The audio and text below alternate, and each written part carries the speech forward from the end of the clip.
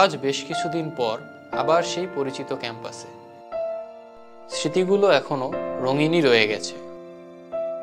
নিয়মিত class, lab শেষ করে ছুটতাম অফলাইন ব্যাচ পড়াতে।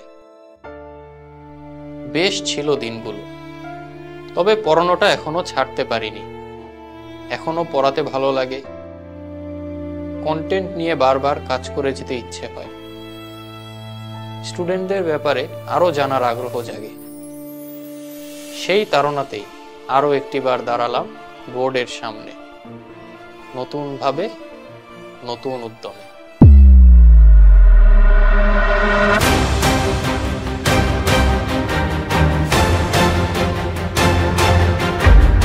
হাই, আমি জিদান, পড়াশোনা করেছি বুয়েট কেমিক্যাল ইঞ্জিনিয়ারিং ডিপার্টমেন্ট থেকে।